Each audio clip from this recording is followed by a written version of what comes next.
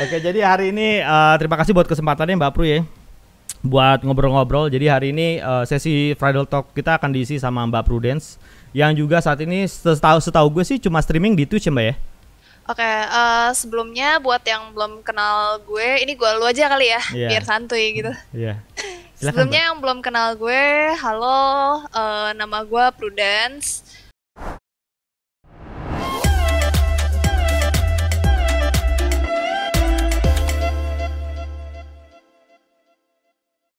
Buat teman-teman di channelnya Kak Rizky yang belum tahu gue, sebelumnya itu tuh gue gue tuh sebenarnya streamer di Twitch itu tuh mulai dari tahun lalu. Cuman gue tuh baru mulai fokus tuh di awal-awal Januari inilah, Januari tahun 2021. Gitu. Ya gue grinding tuh baru kerasanya tuh sekarang gitu, kerasa beneran streamingnya tuh sekarang gitu. Tapi ya mostly sebenarnya gue tuh streaming tuh karena ya yang pertama gue suka main game gitu. Gue suka main game itu mulai dari gue kecil. Gue dari PS1 terus PSP dan kayak game-game mobile pun gue mainin gitu. Jadi ya I like to stream anything I like. I like to stream any games I actually like to, and ya dan sebenarnya mostly gue tuh streaming tuh pasti bareng teman-teman gue gitu. Terus juga gue juga dibilang content creator juga bukan ya. Gue tuh punya TikTok guys. Sebenarnya gue juga bisa dibilang nggak tahu ya gue wibu apa bukan nih, gue tuh nggak tahu nih sebenarnya. Tapi I watch anime, gue tuh kayak demen juga dengan yang di Jepangan gitu loh ya, mirip-mirip Bang Rizky lah ya gitu. Dan gue juga sempet konten di TikTok tuh lumayan lama, hampir setahun lah. Gitu. Terus ya udah sekarang gue lagi fokus streaming aja sih. Gitu. Ya gue sih streaming bebas ya, sesuai dengan mood gue aja gitu. Jadi ya salam kenal, semoga kalian demen sama stream gue juga. You guys might want follow me, dan teman-teman Jamet Gaming juga ya, semoga senang sama channelnya Om Rizky di sini ya. Asik kok dia guys, follow lah. Akhirnya gue dipanggil Om guys. Akhirnya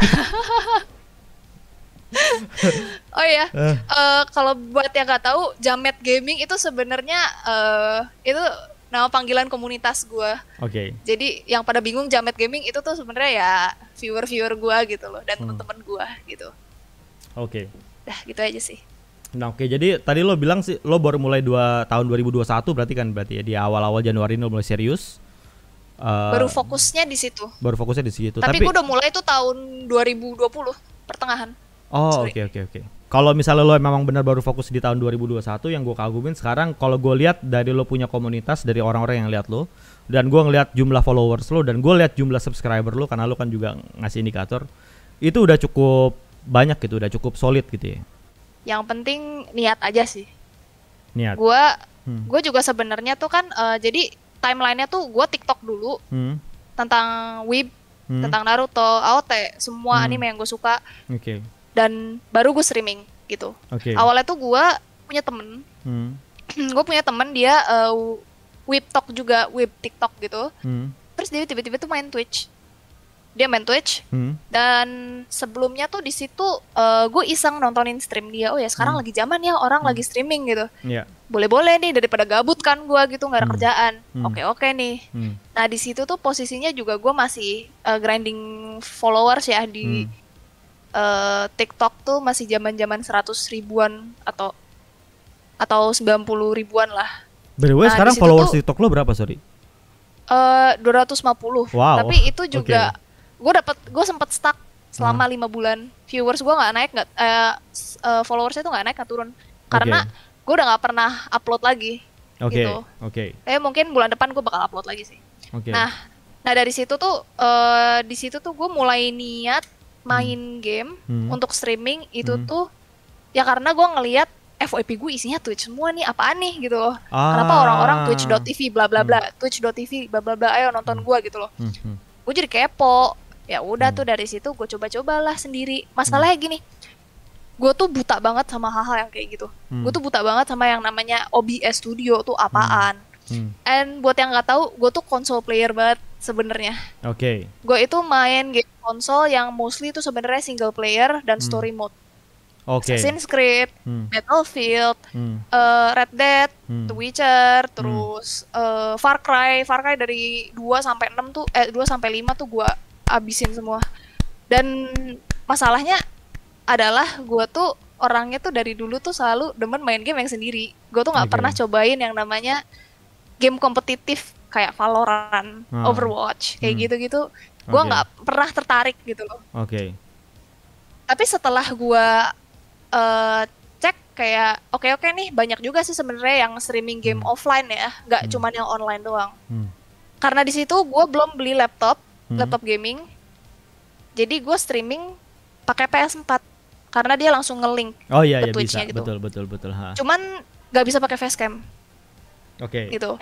Oh pertama-tama tuh dulu ya, pertama-tama dulu itu ya. Pertama-tama banget, let's say September akhir itu baru mulai tuh. Dulu gue main Warzone. Gue main COD Warzone. Di situ tuh gue pakainya konsol, pakai konsol dan jujur ya susah banget men. Nggak bohong. Pakai konsol tuh susah banget dan di situ tuh kayak orang-orang kan gue ngepromotnya lewat TikTok ya. Itu karena gue dapet viewer sebanyak ini juga mungkin karena gue tuh selalu promote lewat TikTok. Kayak gue tuh ada cara aja untuk ngepromosiin channel gue gitu loh. Gue bener-bener tiap kali gue live, gue post hey guys, it's Prudence, kayak I'm live on Twitch, bla bla bla bla, almost every day. Padahal di situ gue nggak expect kayak mereka tuh kayak langsung nge-lurk di gue, terus kayak ya udah ramein chat. Dulu tuh gue bukan tipe yang suka bukain chat, kayak buka Twitch, connect, udah gue main, gue sama sekali nggak buka chat, sama sekali gue nggak ada interaksi sama sekali dengan viewer. Terus setelah dipikir-pikir kayak ya kenapa gue nggak difokusin gitu. Dari situ gue udah mikir kayak ya deh gue niatin deh gitu. Coba deh gue pengen niatin. Terus Desember gue beli laptop gaming, gue download lah tuh game-game yang kompetitif. Dulu gue main CS:GO, gue coba-coba, gue nggak suka. Gue main Overwatch itu juga cuma numpang. Main Dota juga, aduh itu cuman segame cabut dah, matiin. Dan gue paling kompetitif tuh paling Mobile Legend. Kalau Mobile Legend iya gue dari tahun 2016 pertama kali rilis gue udah langsung mainin gitu sampai sekarang. Cuman untuk game PC gue nggak banget gitu lah. Terus dari situ ya udah dari situ gue belum ada yang namanya Jamet Gaming tuh nggak ada. Jadi tuh sebenarnya Jamet Gaming tuh teman-teman gue OG-nya tuh. Dulu tuh gue masih Januari gue masih main sendiri. Masih kayak ikut sana sini lah gitu, teman SMA gue, teman kampus gue lah, teman tongkrongan kayak ya udah kayak main nggak, ayo main gitu. Dari situ, oh lu streaming Pro, dia bilang gitu. Ya gue juga dulu streaming, bla. Nah ini gue bertiga, gue David sama Dominic nih, mereka juga sering streaming sama gue. Dari situ ya udah, kita seriusin yuk, kita ke Twitch gitu loh. Di situ followers gue masih 2000-an, ya 2500. 2.500 di bulan Februari. Gue beli facecam, gue mulai cari-cari tahu, pakai overlay, coba deh stream lu pakai overlay nanti bagus deh. Itu teman-teman gue pada nyuruh gitu. Tadinya gue nggak mau sama sekali, kayak ngapain sih kayak stream tinggal stream aja gitu, kenapa kudu ribet.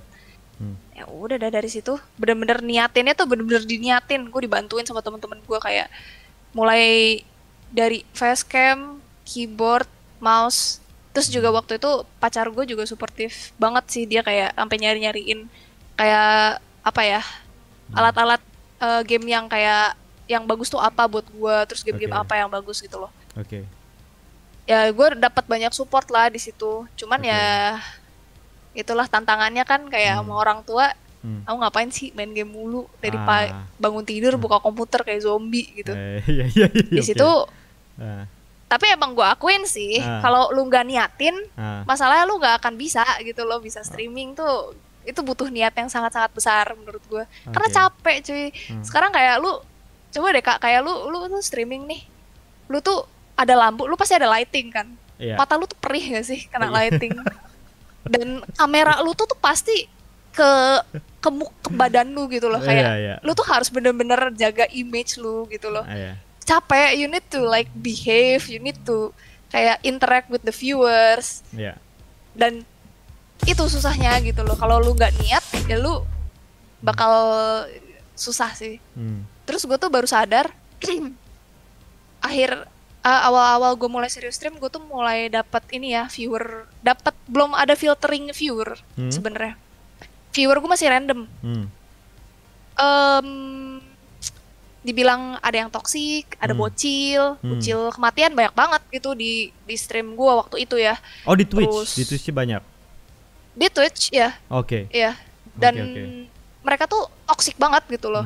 Gue juga sempat kena beberapa kali sexual harassment, tapi gue nggak ambil pusing sih, kayak gue langsung block gitu. Nah yang susah itu kayak gue ngefilterin viewer gue yang kayak mulai dari apa ya, dulu tuh average view gue itu tuh baru cuman 6 paling. 6. Itu sedih banget sih, kayak anjir apa dari situ juga kenapa gue tuh pengen buru-buru affiliate. Gitu. Gue tuh baru affiliate tuh bulan Maret kayaknya, bulan Maret. Ya cepet dong. Hitungannya cepet dong harusnya dong. Kalau lo mulai start September kan ya, lo start September, serius Januari, April, Mei affiliate mah cepet dong. Kalau nggak salah tuh Desember gue udah bisa affiliate sebenarnya. Tapi gue nggak mau karena average view-nya 3 kan. Average view 3, gue udah stream banyak lebih dari 25 jam. Kayak gitu-gitu kayak. Itu udah ada, cuman nggak gue affiliatein gitu. Ya udah tuh di situ gue bener-bener niatin deh semua, mulai dari view gue filtering lah semua. Kayak susah banget, kayak gue tuh ngebentuk. Gue tuh pengennya tuh nih Jamet Gaming tuh komunitas yang non toxic gitu loh. Kayak respect tuh harus ada, behavior tuh pasti ada. Lu kalau mau toxic silahkan ke sebelah. Banyak tuh streamer toxic, emang kontennya begitu coy. Kalau di gue pengennya ya toxic free aja lah gitu. Kayak ya gitu, itu tantangan terbesarnya sih. Terus yang gue sadar kayak lama-lama, oh iya, rahasia terbesarnya adalah branding, self branding ternyata yang gue rasain ya. Kayak kadang-kadang orang tuh menurut gue ya, kadang-kadang kan orang kayak ada yang kayak nggak peduli gitu loh, kayak udahlah gue streaming terserah gue gini. Tapi kadang justru di situ impactnya gede sih, mulai dari terutama viewer. Karena kadang-kadang kan ya gue nggak munafik ya, gue cewek. Kalau gue cewek tuh pasti orang-orang viewer gue biasanya cowok juga gitu loh, cowok. Mereka pengen ngelihat gue, tapi lama kelamaan pasti kayak mereka tuh ngelihat sifat gue. Ngelihat cara pikir gue, pola pikir, perspektif gue, itu tuh pasti sangat berpengaruh ke kayak bagaimana nih, krusial banget nih di sini, kayak gue bakal decide gue tuh bakal jadi viewer setia lu apa enggak gitu. Itu di situ tantangan terbesarnya sih. Jadi ya yang penting kayak waktu itu gue mulai kayak bertanya-tanya, gue pengen jadi gue pengen jadi streamer yang kayak gimana ya? Apakah yang menye-menye, yang cuek-cuek, yang galak, yang toxic, atau yang ya udah kita bener-bener enjoy aja gitu di sini, santuy. Jamet Gaming mah seru-seruan aja gitu, nggak yang terus kontennya juga ya paling just chatting, ngobrol. Biasanya sih after the game gue suka just chatting buat ngobrol sama viewer sih tentang apapun itu, semuanya dibahas. Dan yang gue senang adalah mereka itu sangat suportif. Mereka tuh nggak mandang umur, nggak mandang lu tuh siapa, dan lu tuh cewek atau cowok tuh mereka nggak mandang gitu loh. Orang-orangnya kompak banget gitu. Jadi ya itu sih self brand gue itu berhasil membentuk bagaimana viewer gue bakal behave di stream gue, di chat to each other. Karena waktu itu sempat sih ada beberapa ya namanya juga bocil ya, pasti kan adalah kelakuannya gitu lah ya kak. Ya gue langsung marahin saat itu juga di depan semuanya. Kayak di situ ya dia ngerti, tapi ya udah gitu, kayak nggak ada personal feelings yang kayak nggak non taken lah istilahnya gitu, nggak ada yang personal di diri dia gitu loh, nggak diambil personal. Jadi ya udah kayak di situ kayak gue tuh bener-bener harus maintain the toxicity, the positivity ya inside my chat and to everyone gitu loh. Susah banget sih, emang capek banget ngadepinnya. Tapi ya gitu. So far yang nih, niat. Kalau nih ya, ini tadi rencananya kan gue pengen nanya banyak hal ya. Mau minum ya? Tapi sebelum ditanya udah banyak dijawab ya, jadi. Sorry. But anyway, apa yang lo utarakan tadi sebetulnya adalah beberapa hal yang tadinya pengen gue tanyakan, tapi secara tidak langsung lo tuh cerita lo tuh nyambung gitu ya. Dan yang gue paling suka, mungkin teman-teman di sini juga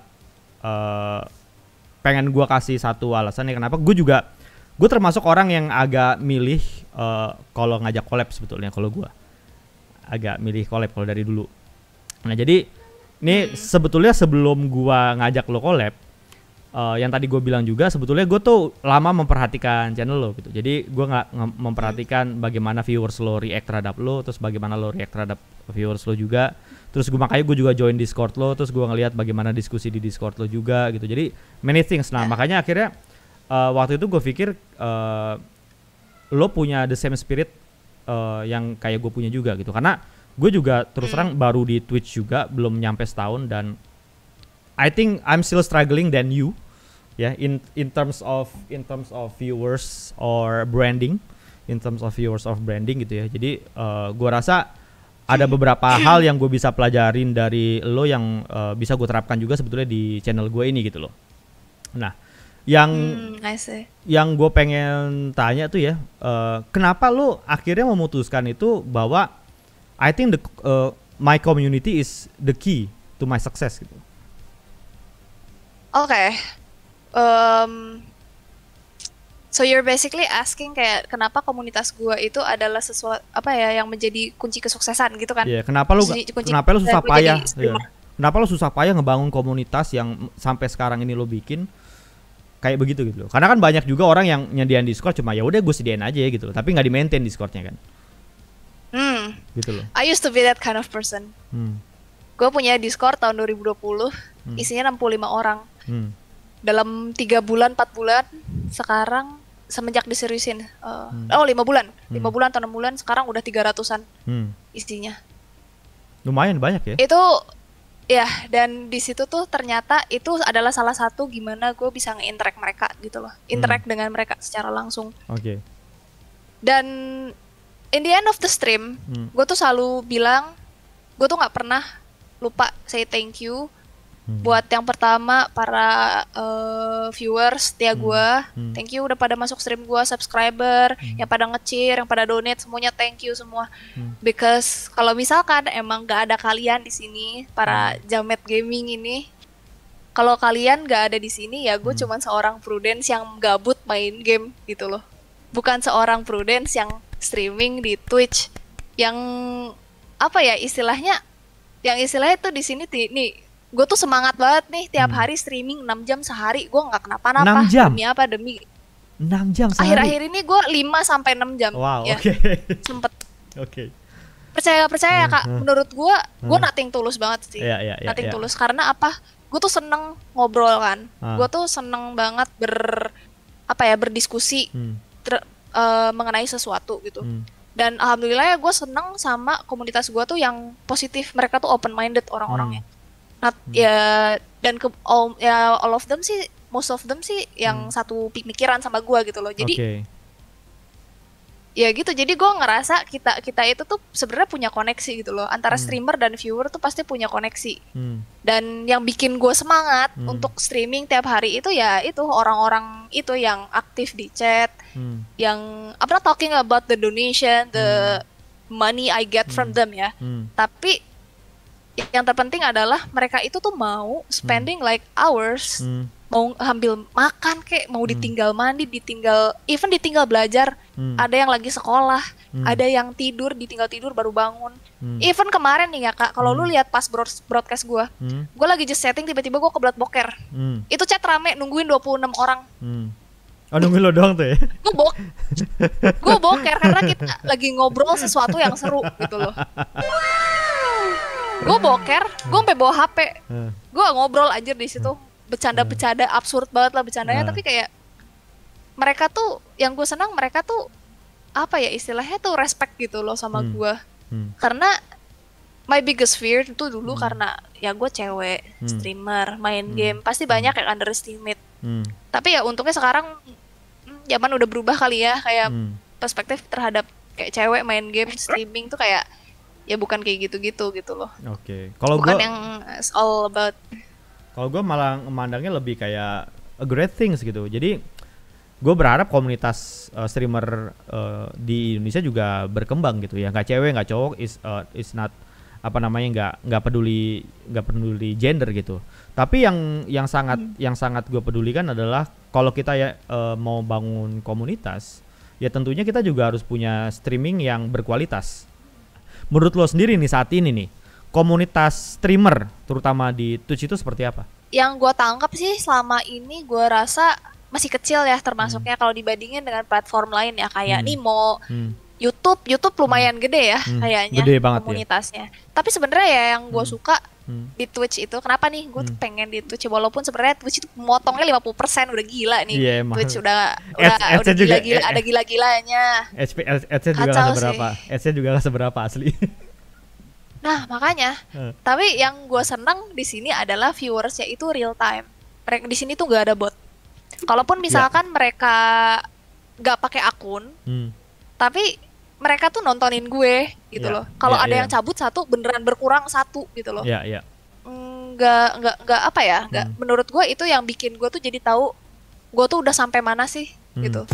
Hari ini progres gue sampai mana? Gue udah gain berapa viewer? Average view-nya berapa? Dan di situ tuh yang gue rasa yang bikin gue makin semangat gitu loh. Kayak, hari ini nambah nih 3%, even cuman 3 atau 2%, itu gue senang banget kayak, oh ya berarti gue udah berhasil gain sesuatu gitu loh. It's a progress menurut gue. Jadi ya gue senangnya di Twitch itu karena itu real ya. Jadi ya gue lebih senang di sini dibanding dan komunitas di Twitch juga dibilang masih belum ada drama ya. Setuju. Agree. Ya, you get what I mean. Ya. Setuju. Kalau hal itu gue setuju. Ya, tapi kemarin gue sempat ada sih dengar katanya sempat ada drama. Tapi itu urusan personal banget gitu. Itu antara Valorant Indonesia sih. Streamer gitu. Valorant Indonesia. Ya, sempat ada, tapi ya gue pikir kayak ya gue sih nggak ikut-ikutan ya, kayak gue sih di sini cuma streaming doang gitu. Ya nggak tahu, gue mau nggak mihak-mihak kemana-mana gitu. Kayak nggak nyimak juga gitu loh. Tapi walaupun ada, ya tidak bisa dipungkiri bahwa orang Indonesia itu sangat suka dengan yang namanya drama. Kita tidak bisa jauh-jauh ya dari sana ya. Tapi seenggaknya orang-orangnya tuh masih bisa positif lah. Di sini tuh fleksibel, gue bisa lebih fleksibel dan bisa lebih free gitu loh. Untuk untuk konten tuh lebih enak gitu. Ya, karena gue lihat di sini juga sekarang orang-orang pada pindah platform tuh karena kebanyakan tuh pada gak suka dengan fee-nya ya. Kayak dia tuh ngambilnya gede banget kan si Twitch, makanya pada pindah gitu. Tapi untuk netizen gue lebih suka Twitch. Gue bisa confirm itu. Twitch the best lah, punya netizennya the best. Sama gue juga setuju hal itu. Bagaimana lo awalnya jadi suka game atau berkenalan dengan game tuh gimana, dan kenapa lo akhirnya tiba-tiba menjadi suka? Karena terus terang dari beberapa game yang tadi lo sebutin, kalau lo main sendiri gitu ya, kayak The Witcher, Red Dead Redemption, Assassin's Creed, itu bukan bukan game yang gampang gitu, bukan game yang gampang. Dan memang menurut gua pemain-pemain yang memainkan game-game kayak gitu, apalagi kalau misalnya sampai tamat, itu beneran gamers gitu, bukan gamers casual yang cuma datang terus udah selesai gitu loh. So, bagaimana lo mulai berkenalan dengan itu gitu? Jadi dulu itu bokap gue demen banget sama FIFA. Bukan FIFA ya, dulu tuh zaman-zaman PES. PES. Bukan FIFA ya, sekarang FIFA ya. Dulu kan PES dia. Dulu tuh zaman-zaman PES, bokap gue itu beli PS2 kalau salah. PS2. Pokoknya dia tuh beli PS2 untuk game bola, tapi gue nggak tahu itu game bolanya tuh apa. Di situ ada dulu tuh ya kan zaman-zaman PS2 kan bisa dibajak ya. Iya. Kaset-kasetnya.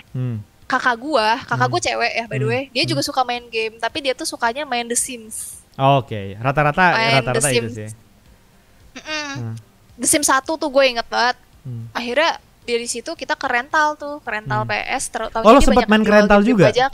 Lo sempat main ke rental juga? Enggak sempet ikut main, cuman gua kesana karena dia tuh ada yang jual, kasetnya. Kaset bajakan. Oke. Belilah di situ, kayak kita beli 3 game, gue ingat banget tuh. Aduh, apa namanya? Warrior apa gitu Dinasti namanya? Warrior, lupa itu Dinasti game Warrior. Bukan, kalau Dynasty Warrior dia robot kan? Dynasty Warrior? Bukan. Oh, bukan. Yang bukan ya? Cerita Samkok. Ah iya deh kayaknya Dynasty Warrior. Enggak tahu deh, pokoknya gue sempet mainin. Itu kakak gue yang mainin. Oke. Terus udah gitu dari situ tuh kayak gue mulai demen ya sama game-game kayak game-game kecil kayak yang di apa sih? Yang kecil tuh ini apa sih namanya? Game Boy. Game Boy ya, Game Boy itu temen-temen gue pada beli itu gue kayak nyobain. Saudara gue juga beli PS2 waktu itu, sempat beli PS2. Rebutan dah kita tuh saudara-saudara gue yang lain pada ya udah kalau misalkan main ke sana tuh pasti main PS gitu kalau main ke rumahnya. Nah gue main dah tuh, dari situ gue udah tahu mulai game-game. Di situ gue udah mulai agak skip. SMP gue sempat berhenti main konsol karena PS gue digadein, gue berantem sama kakak gue. PS gue dijual cuy. Tiba-tiba loncat langsung ke zaman PS3. PS3 tuh kalau nggak salah gue SMP mau ke SMA. Bokap gue tiba-tiba beli nih. Waduh, PS3 nih kayak gue. Oh, bokap lo berarti suka juga sama game ya berarti ya bokap lo ya? Dia sukanya tuh game bola doang. Oh, jadi dia beli konsol cuma buat main bola doang? Iya, buat main bola doang. Nah, dari situ dia ya udah dia beli PS3 terus ya udah itu buat konsumsi dia sendiri gitu loh, karena awal dia tuh bener-bener kayak sampai disembunyiin ininya si konsolnya itu. Jadi gue nggak bisa main kan. Terus ya udah mulai dari situ, gue tuh tinggal sama nenek gue SMA karena bokap nyokap gue kerja di Jakarta. Nah, nenek gue tuh dia tuh om gue tinggal di situ juga. Dia tuh gamer parah. Gamer yang udah gamer wibu akut dah pokoknya. Dan dia itu dia tuh punya Xbox dulu waktu gue SMA tuh. Gue suka, om boleh pinjem nggak? Itu gue tuh mostly tahu game itu tuh dari game-game dia. Kayak Dishonored, terus Far Cry 3 itu tuh gue taunya dari dia. Karena dia punya game itu. Gue pinjem, wah anjir seru juga ya ternyata game story gini gitu. Gue awalnya gak tertarik sama Final Fantasy. Gue jadi senang banget sama Final Fantasy gara-gara Final Fantasy 13. Dari situ lo suka Final Fantasy 13? Suka, yang 13, 1, 2, 3 semua gue udah tamatin. Itu langka loh. Sampai yang 15. Karena rata-rata penggemar Final Fantasy itu gak suka Final Fantasy 13. Ya biasanya mereka yang ke-7 ya. Iya, mereka 7 ya sebelum 13 lah, pre 13. It's okay. Terus gue malah sukanya tuh dari yang 13 itu. Karena juga kebetulan protagonisnya juga cewek juga kan kebetulan kan. Di 13 itu kan. Iya. Terus? Dan terus tuh dari situ ya udah gue mulai mainin game-game wibu juga. Contohnya? Sumpah gue nggak tahu ini game apaan. Oh, Nier Automata. Itu game terkenal banget emang buat para wibu sih. Gue sempet mainin tapi gue nggak suka dengan gameplaynya, nggak tahu kenapa. Lo suka dengan game itu? Enggak. Oh, nggak suka gameplaynya. Ini Final Fantasy juga gue mainin. Ini game-game wibu semua itu tuh yang kurang lebih yang kayak gitu-gitu, yang dari ini yang ke-10 gue nggak demen yang ke-10. Lo nggak kedemen yang 10? Nggak demen. Gameplaynya aneh soalnya gue tuh langsung loncat ke yang 13 dan dari 13 tuh gue langsung ke 15. Iya karena mereka cinta banget yang 15. Iya. Mereka dekat semua yang nonton gue what karena memang one of the best sebetulnya 10 itu aja. Iya katanya storynya sih oke ya, cuman gue tuh lebih demen dengan, gue tuh tipe yang fokus dengan gameplay juga. Contoh ya, gue cinta banget sama Far Cry. Gue bisa akuin semua gameplay Far Cry itu tuh oke semua. Gue suka banget. Tapi kalau dibandingin dengan storyline-nya ya, storyline Far Cry 3 itu the best, punya storyline the best. Dari semua Far Cry. Yang kelima itu agak sedikit apa ya? Agak sedikit aneh sih menurut gue, kayak ada cult gitu kan. Jadi gue kurang suka gitu. Wow, ternyata gamers beneran guys. Setuju gue. Ini favorit gue. Final Fantasy 15. Sasuke versi Final Fantasy. Nih guys ya, ini gue baru nemuin terus terang nih. Ini gue baru nemuin orang yang suka Final Fantasy tapi bukan seri yang mainstream ya. Karena kalau gue tanyain orang yang suka Final Fantasy, rata-rata orang ngomongnya kalau yang suka klasik, rata-rata dia ngomongnya Final Fantasy 4, Final Fantasy 6, 7 ya. Lalu 9, 10, habis itu berhenti di situ. Karena setelah itu rata-rata mereka nganggap game-game Final Fantasy itu udah mulai berubah. Nah, tapi karena si Pru ini kenalnya dari Final Fantasy 13, di mana Final Fantasy 13, gue rasa teman-teman di sini juga yang nonton pasti tahu mechanical gameplaynya agak sedikit berbeda dengan gameplay Final Fantasy sebelumnya. Dan gameplaynya Final Fantasy 13 itu akhirnya diterapkan juga di Final Fantasy 15. Jadi ketika dia suka 13, udah pasti 15 juga suka gitu. Instead apapun story-nya sih menurut gue. Respect, thank you. Dan ini gue kebanyakan ini ya, ini kan sekarang gue udah punya PS4. Jadi ya udah gue paling main ini yang kayak gini-gini. Ini sisanya tuh banyak kaset yang gue lagi pinjemin ke teman gue, ke mana? Ke saudara gue. Ini juga Battlefield. Last of Us gue nggak berani mainin. Kenapa? Ini gue pinjem ke kakak ipar. Gue benci sama zombie. Oke. Nih, don't hate me guys. Yeah. I don't like Red Dead Redemption. Me too. Oke, gue punya temen. Please hate kita berdua, jangan gue sendiri. Karena gue ini apa tuh? Penyesalan hidup. Tapi kenapa bisa beli yang Deluxe Edition? Itu kan waktu itu gue dikasih. Oh, dikasih. Dikasih, iya. Gak dikasih sih, kayak gue bayar ke om gue. Waktu itu om gue udah nggak main PS, terus gue bilang ini om aku beli aja. Gue beli karena Deluxe Edition. Dan gue lihat gameplaynya tuh seru banget di YouTube. Anjing, ternyata susah. Gue menyesal sudah beli ini. Gue juga nggak bisa main kayak gitu karena gue tuh kalau lu tanya gue ya, walaupun gue udah bapak-bapak kayak begini, gue tuh Nintendo gamers banget. Jadi gue tuh mainnya Nintendo Switch. Ya pokoknya semua game Nintendo yang gue suka lah, Mario Kart itu game-game gue. Nintendo parah ya orangnya ya. Gue Nintendo parah. Jelas ya. Kalau konsol mendingan Xbox atau PS? Sekarang kalau ngomongin generasi sebelumnya, Xbox 360 dibandingin PS3 bagusan Xbox 360. PS4 dibandingin Xbox One bagusan PS4. Saat ini PS5 dibandingin Xbox Series S, gue masih megang Xbox Series S sama X. Gitu. I see. Ya karena kebetulan gue megang semuanya kecuali Xbox Series X. I see. Gue tuh yang 360 tuh terakhir. Dari situ gue udah gak mau nyentuh Xbox lagi. Tapi Xbox keren loh sekarang loh, karena dia sistem gamenya langganan kan, kayak Netflix. Kayak Netflix. Jadi lo bisa mainin sepuasnya dengan bayar per bulan gitu loh. Oke, jadi kalau kita ngomongin game konsol ini, dari semua game konsol yang udah pernah lo mainin, all time favorite lo apa? Far Cry yang ketiga. 2, 3, 4, 5. Ketiga sih. Yang ketiga. Cuman kalau gue disuruh sama Assassin's Creed, tapi nggak semua. Assassin's Creed gue nggak mainin semua. Assassin's Creed Odyssey gue sempet main. Odyssey sempet main tapi nggak tamat. Nggak tamat gara-gara waktu itu gue mainnya di laptopnya mantan gue. Jadi nggak gue tamatin. Tapi yang gue paling suka dengan cerita yang Origin. Yang Origin. Oke. Karena itu teori. Gue sempat baca-baca soal yang Origin. Dia tuh dapat buku kan. Ada bukunya, kalau lu beli yang Deluxe tuh ada bukunya. Di situ diceritain the origin story of assassins. Kenapa zaman dulu tuh kenapa nih, zaman kerajaan tuh kenapa ada assassin? Mereka tuh lahirnya di mana? Buat yang Muslim mungkin tahu ya, kayak di Al-Quran tuh sempat emang namanya tuh ada disebut namanya Hasasin.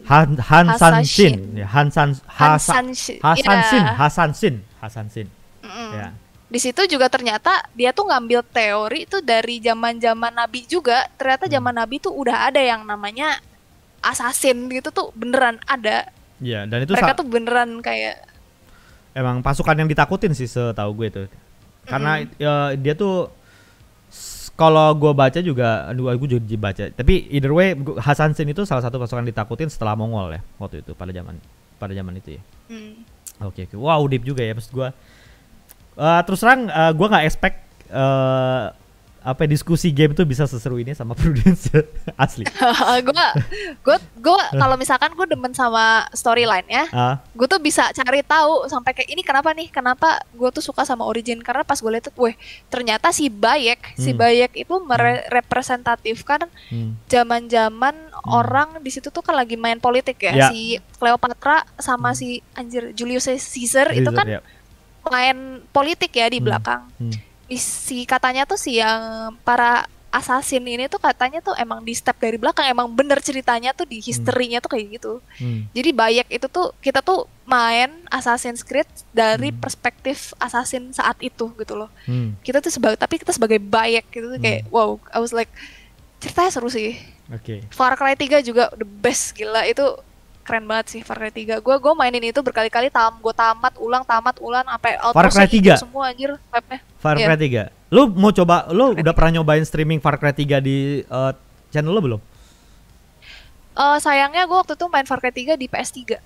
Dan sekarang PS3 gue kasihin ke saudara gue. Dan orangnya di luar kota gitu. Jadi gue malas mau beli lagi di Steam.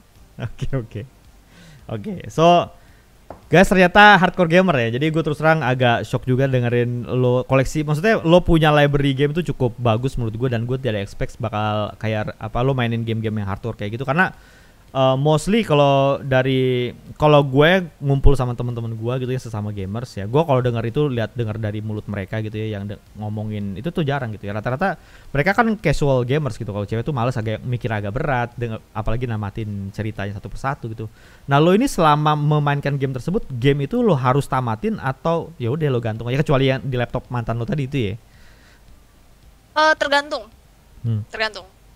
Battlefield, dia kan jatuhnya story series ya. Series bukan sih jatuhnya. Jadi tuh kalau lu main Battlefield juga 1 dan 5 nyambung, bisa gue bilang sih 1 dan 5 sih. Iya, tapi beda tempat gitu kan istilahnya ya. Beda point of view. Beda point of view si karakter. Iya, bener. Nah, gue tuh agak kurang demen sama game yang kayak gitu. Kayak apa ya, storyline-nya tuh kayak nggak bisa gue ikutin gitu loh. Jadi lo pusing gitu ya, pusing. Dan plus waktu itu gue cuman tamatin 3 story doang karena gue nggak bisa ngejalanin aircraft. Jadi satu episode yang ada aircraftnya gue tinggalin, gue nggak mau beresin. Bodoh amat, gue nggak mau tahu ceritanya gimana, gue nggak bisa. Gitu. Tapi kalau untuk in case kayak Final Fantasy itu mulai dari yang 13 tuh ada partnya. 13-1, 13-2 sama 13-3. Terakhir gue mainin itu tuh 13-3. Dan itu tamat. Lightning Back. Dan itu tamat semua. Termasuk ke 15? Gue langsung kayak 15 cuman 1 doang dia. Cuman 1 story doang dia jatuhnya. Gak ada part-partan. Tapi lo tamatin semua tuh ya? Tamatin. Anjir, hardcore. Final Fantasy 7, 10, 13 ke bawah tuh gue nggak suka, nggak tahu kenapa. Karena gameplaynya sih sebenarnya. Strategi yang kayak dipencet-pencet. Betul. Itu beda ya. Memang kalau 13 ke bawah tuh kita kalau gamers tuh turn based ya, istilahnya turn based. Tapi lo suka game kayak Persona gitu, suka nggak sih lo? Harusnya sih nggak suka ya. Persona tuh kayak turn based RPG tuh game wibu juga sih sebetulnya, tuh kayak fanbase anime itu gede banget juga sebetulnya sih. Lo coba nanti abis kalau misalnya ada waktu coba lo cek Persona whether you like it or not gitu ya. Tapi sih kayaknya kalau lo cerita bagaimana lo tidak suka Final Fantasy sebelum 13, harusnya sih lo nggak bakal suka sama gameplaynya sih, harusnya ya. Yakuza pernah nyoba Yakuza? Yang dame yo. Gue waktu itu mainnya yang Kiwami. Gue nggak suka sama fighting scene-nya. Gue tinggalin tuh game, bodo amat. Tapi yang bikin gue pengen main, gue tuh demen kan dengan Jepangan gitu loh. Di situ kalau lu jalan dari gang ke gang, itu tuh kayak hawanya tuh Jepang banget gitu. Gue demen ngelihat toko-toko yang jualan cemilan, merchandise, ada barnya, itu tuh ada toko ramen di pinggir tuh, gue demen banget. Jadi ya udah, mostly gue main Yakuza cuman ikutin side quest, main quest yang mostly nggak gue jalanin. Terus gue sisanya jalan-jalan. Terus udah deh, gue tiba-tiba bosen, terus gue tinggalin. Dan gue keselnya itu tuh karena gue nggak sukanya itu karena dia kan fighting scene-nya itu kan kebagi 4 ya. Ada maksudnya? Yang berserk, ada yang ini jadi fighting style ya. Fighting style. Fighting style itu ada 4. Nah itu tuh kan bisa dijadiin combo ya, bisa combo, strategi dan gitu-gitu. Gue tuh nggak suka yang terlalu ngafalin. Tapi anehnya Tekken gue demen banget. Lu demen game fighting juga? Tekken iya. Tekken, oke. Gue terus terang I'm a big fans of Yakuza games sebetulnya. Because just yang kata lo yang bilang ini mirip banget sama di Jepang itu, tapi lo tahu nggak sih sebetulnya scene yang ada di kota-kota yang ada di Yakuza itu adalah representatif dari kota sebenarnya. Jadi gang-gang yang lo lewatin, yang lo lewatin, gedung-gedung yang ada di situ, ketika lo datang ke Jepang itu persis ada di situ, lokasinya di situ, gitu. tokonya cuma beda namanya kecuali beberapa toko yang jadi sponsor ya. Beberapa toko yang nggak jadi sponsor tuh lokasinya ada tokonya di situ, tapi beda namanya doang. Tapi exactly di mana ada pagernya, di mana ada gangnya, belokannya tuh exactly as it is. Oh, interesting ya. Sumpah, yang gue suka dari Jepang tuh emang gitu sih. Biasanya produksi game dari developer dari Jepang itu tuh biasanya gamenya bagus. Oke. Menurut gue sih, menurut gue. Biasanya mereka niat gitu loh. Even kayak detail yang kayak gitu tuh, detail-detail kecil kayak gitu loh, gue malah jadi kayak oh serius, gue jadi pengen main lagi gitu. Itu very very detail karena sometimes in 2000 gue sempat kuliah di Jepang kan, jadi ketika gue nemuin game itu bring back memories, jadi akhirnya gue jadi suka game itu gitu loh. Jadi gitu. I see. Jadi boleh dicoba lagi silakan ya. Agak maksa. Boleh sih, itu kasetnya udah gue pinjemin ke saudara gue. Tolong yang nonton dipinjemin. Dua-duanya gue nggak suka. Tolong yang nonton dipinjemin gitu loh. Gue rental nih PS gue udah 7 bulan nganggur berdebu. Tapi kalau lo ngomongin sekarang kan, kalau gue lihat di belakang kursi lo tuh kan selalu ada jaketnya apa tuh, Sasagi apa Attack on Titans ya. So how deep you know about anime? Seperti yang dari awal gue bilang, gue tuh nggak tahu sebenarnya I'm actually a weeb or not, tapi gue suka nonton anime. Oke. Apa yang lagi lo tonton sekarang? Jujur ya, semenjak gue streaming gue jarang nonton anime. Yang paling yang konsisten itu Boruto sih. Boruto. Gue tuh pengikut Naruto dari kecil. Sampai dia Shippuden, sampai sekarang Naruto semua beranak pinak gue ikutin. Oke. Kalau Attack on Titan? Attack on Titan gue baru nonton tuh sekitar tahun lalu sih. Oke. Kalau mau seru ya kak, kalau bosen nih, kalau bosen nonton anime, nontonnya hentai. Sumpah nggak bosen, hanya reference saja. Tau nggak sih waktu itu saking gue bosennya, waktu gue lagi bosen, gue tuh sampai nonton yaoi, men. Kayak kalau cowok ngelihat lesbi itu kayak mereka masih mending dibanding mereka ngelihat yang gay, yang cowok. Ya. Exactly same feeling berarti ya. I don't mind being as a full time streamer. I don't mind.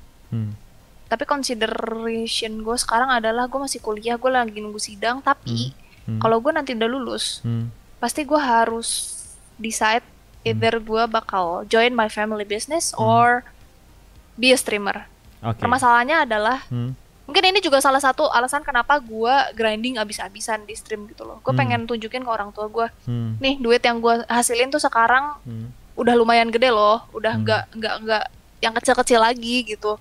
Gue bisa ngebuktiin nih, gue kerja di kantoran, bulan pertama sama gue streaming kayak bisa gedean, lebih gedean streaming gitu loh. Kayak jadi sekarang goal gue adalah gue mau cari duit bener-bener dari stream, endorse dan segala macam itu, TikTok. Dan itu tuh jadi nge-cover uang jajan bulanan gue yang dikasih sama orang tua gue sekarang.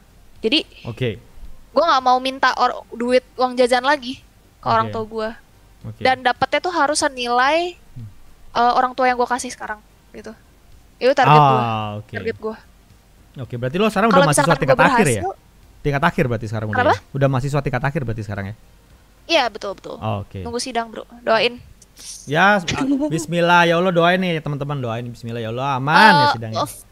Amin. Fun fact, sebenarnya sidang skripsi gue tuh tentang e-sports. Oh iya. Why you pick that topic? Kenapa lo bikin topik itu? By the way, lo kuliah di jurusan apa? International Relation. Oh, International Relations. Dan kenapa lo menjadi e-sports? Apa yang menarik dari e-sport menurut lo? Oke, jadi yang pertama, e-sport itu tuh sudah kayaknya ya sekarang yang gue lihat nih, gue juga banyak ya yang e-sport itu sudah menjadi sorotan gitu loh. Udah jadi sorotan dunia, at least di daerah Asia lah gitu. Yang gue lihat Indonesia itu tuh punya banyak player-player yang amazing sih menurut gue. Dan gue tuh ngambil studi kasus pertandingan e-sports Indonesia dan Filipina di SEA Games tahun 2019 lalu sebelum pandemi. Itu cabang olahraga apa? Cabang e-sport apa tuh? Cabang olahraga. Cabang e-sport apa tuh? Cabang e-sport Mobile Legends. Oh, Mobile Legends. Sama Arena of Valor, AOV. Ada banyak sih sebenarnya. Tapi yang paling nyentrik itu tuh AOV.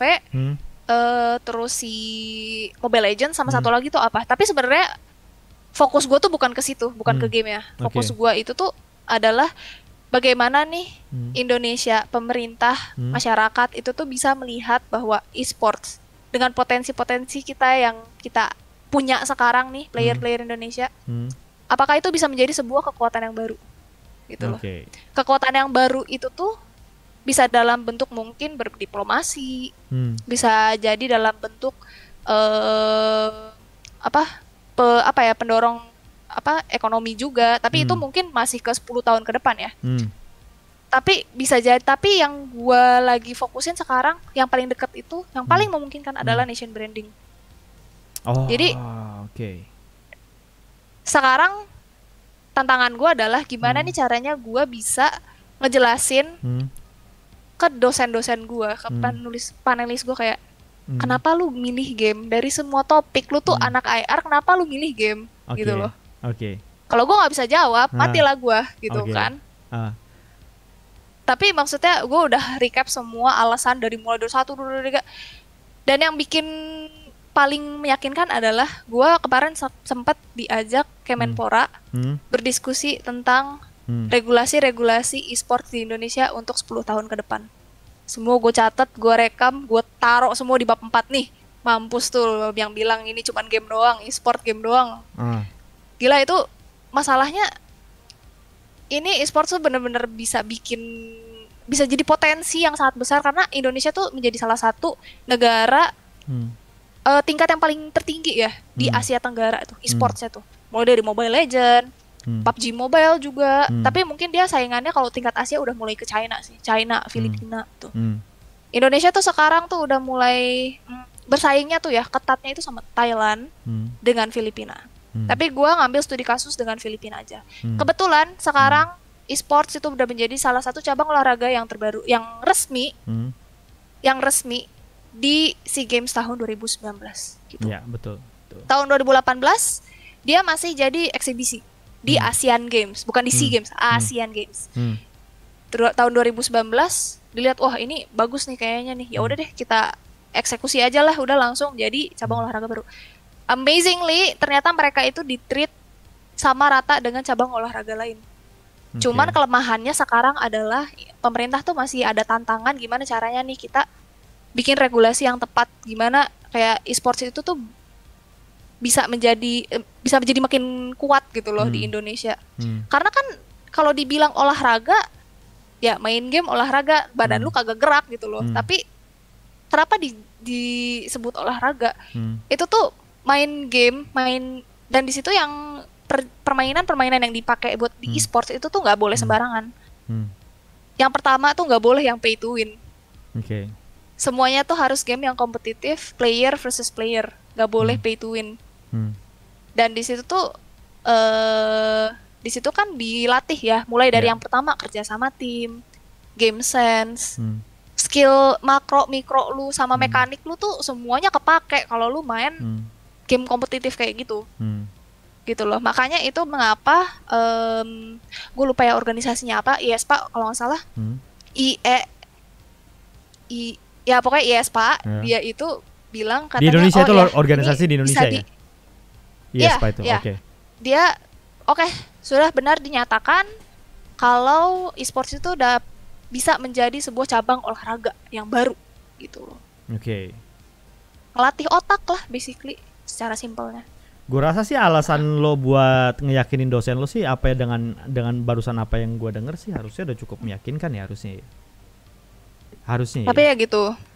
Karena dosen gue masih perlu, kayak gue harus lebih bawel sih di sana. Ya, gue udah lupa sih rasanya. Gue terus terang udah lupa rasanya skripsi ya guys. Tolong jangan sebut-sebut perbandingan umur saya ya, jangan sebut-sebut. Ya. You've been through that, Kak. Ya tapi menurut gue apa yang lo jelaskan tadi sih harusnya cukup. Karena gue juga punya salah satu topik istilahnya apa ya, skripsi ya, itu apa sih sekarang sebutannya? Skripsi masih benar ya? Ya skripsi, masih skripsi. Ya, sekarang udah beda ya. Sekarang udah beda namanya ya. Nah, jadi dulu tuh kalau gue masih dapat skripsi. Dulu itu skripsi gue J-pop.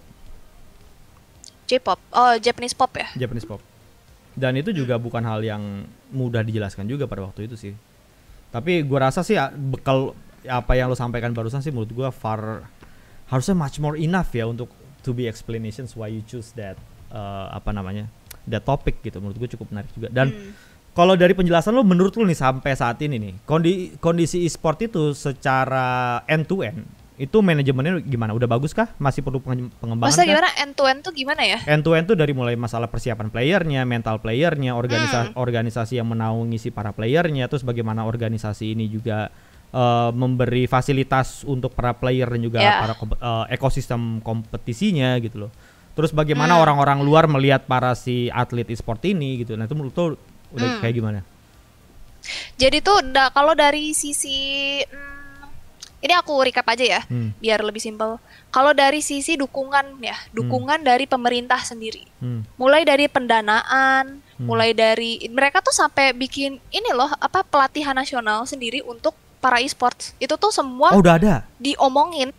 Itu udah direncanain. Udah bakal jadiin regulasi. Eksekusinya nggak tahu kapan, tapi yang jelas mereka udah catat itu di to-do list.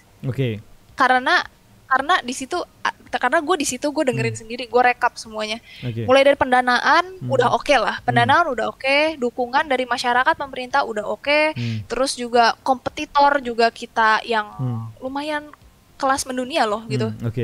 Tahu gak sih dulu yang zaman Mobile Legend itu dia sempat menang M1 juara dunia loh. M1 tuh apa ya? Indonesia menang. M1 itu dia turnamen dunia gitu kalau nggak salah, tapi dia Indonesia tuh menang. Tolong jangan ketawakan saya ketawakan saya tidak tahu Emon ya, tolong. Gak apa kan kita berbagi ya. Iya. Oke. Namanya juga berbagi. Terus. Di situ nggak cuma pemerintah, media internasional semua nyorot. Gitu. Dan mulai dari manajemennya juga ya. Sekarang kalau misalkan kita ngelihat contoh ya manajemen e-sport yang sudah terkenal kayak EVOS, RRQ, Boom, kayak gitu-gitu, mereka tuh udah terkenal banget loh. Gue sempet taruh data-datanya, ada 10 manajemen e-sports terbesar di Asia Tenggara. 6 dari 10 itu ternyata e-sports yang dari Indonesia. Maksudnya besar itu dalam ukuran apa ya? Maksudnya apakah dari ukuran banyaknya tim? Dalam ukuran atau peringkat, itu yang pertama. Yang pertama itu peringkat. Ya, yang peringkat. Yang kedua itu pasti dalam hadiah, bukan hadiah, apa ya? Ini kali. Kalau lu menang terus lu dapat duitnya gitu loh. Berarti dari masalah apa itu ya istilahnya? Ya masalah ini kali besar ya, ini kali ya. Pendapatan. Oke. Pendapatan, peringkat, terus juga talent-talentnya tuh luar biasa kan mereka. Orang Indonesia tuh kompetitif sekali gitu. Dan kalau mau dibandingin Asia Tenggara itu waktu itu gue sempet ada wawancara sama Ko Richard Permana, dia pemain NXL, mantan pemain NXL. Dia pemain CSGO.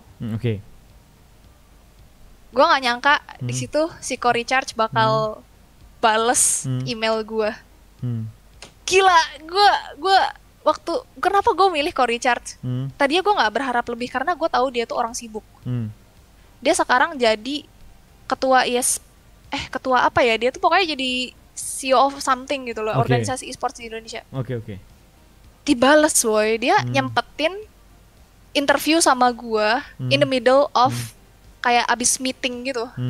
Dia itu pemainnya tuh abis menang gitu dia. Dan di situ tuh kenapa gue milih dia? Karena dia adalah manajer e-sports Indonesia yang datang ke Filipina waktu di SEA Games tahun 2009 Oke.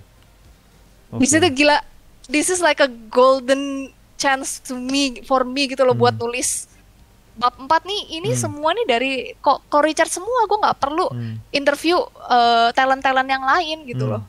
Cukup dari Ko Richard itu semua kejawab pertanyaan gue. Oke, gini. Wah, udah deh dari situ. Wah, langsung deh gue ngerasa kayak tugas gue sekarang gue harus kontak pemerintah. Ini gak bisa nih gue dari Ko Richard doang. Kemenpora, gue sempat ikut rapat yang tadi itu, Kemenpora, KONI, sempat ada Garena, manajemen Garena, terus Garena Indonesia, terus IESPA, terus sempat ada Kemenpraf,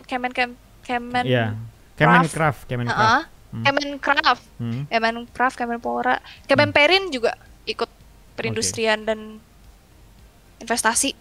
Semua datang di situ, dibahas semua. Apa yang Ko Richard manage, apa yang dia perkirakan, itu sebenarnya it's going to happen. It's real, it's getting so real gitu loh. Soon. Jadi lo udah interview banyak tadi tuh ya? Lo udah banyak interview apa tadi? Ketemu sama orang-orang kayak Kemenkraf, Kemenpora, KONI dan segala macam. Berarti lo udah sempat ketemu untuk menyusun skripsi lo ini ya? Ya, khusus untuk skripsi gue. Luar biasa. Dan mereka tuh guys. Maksud gue nih kalau lo mau nyusun skripsi itu yang bener gitu, kayak begini usahanya itu begini usahanya ya. Ini baru benar usahanya. Terus oke lanjut.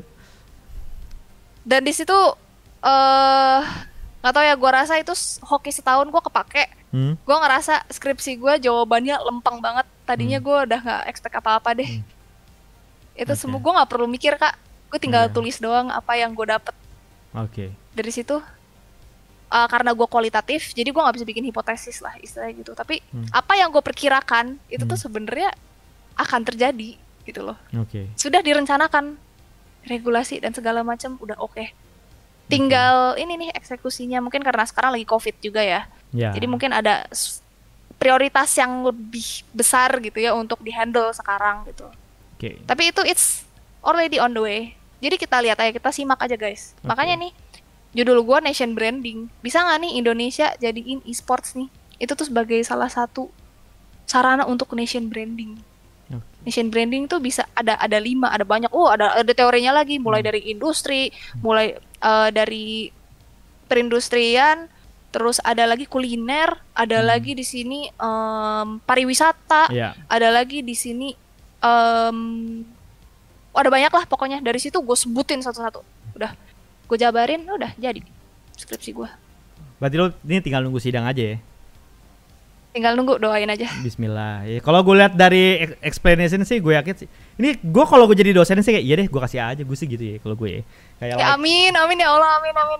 Like ya karena menurut gue orang-orang yang benar-benar menulis skripsinya dengan serius dan memahami betul apa yang dia tulis, dan dia tulis atas dasar hasil pemikirannya sendiri, ya bakal ketika dia mengeksplain sesuatu, dia akan menggebu-gebu gitu, like passionate banget, dan itu lo bisa kelihatan dari bagaimana cara dia ngomong sih menurut gue. Jadi harusnya bismillah ya, mudah-mudahan ya lancar ya.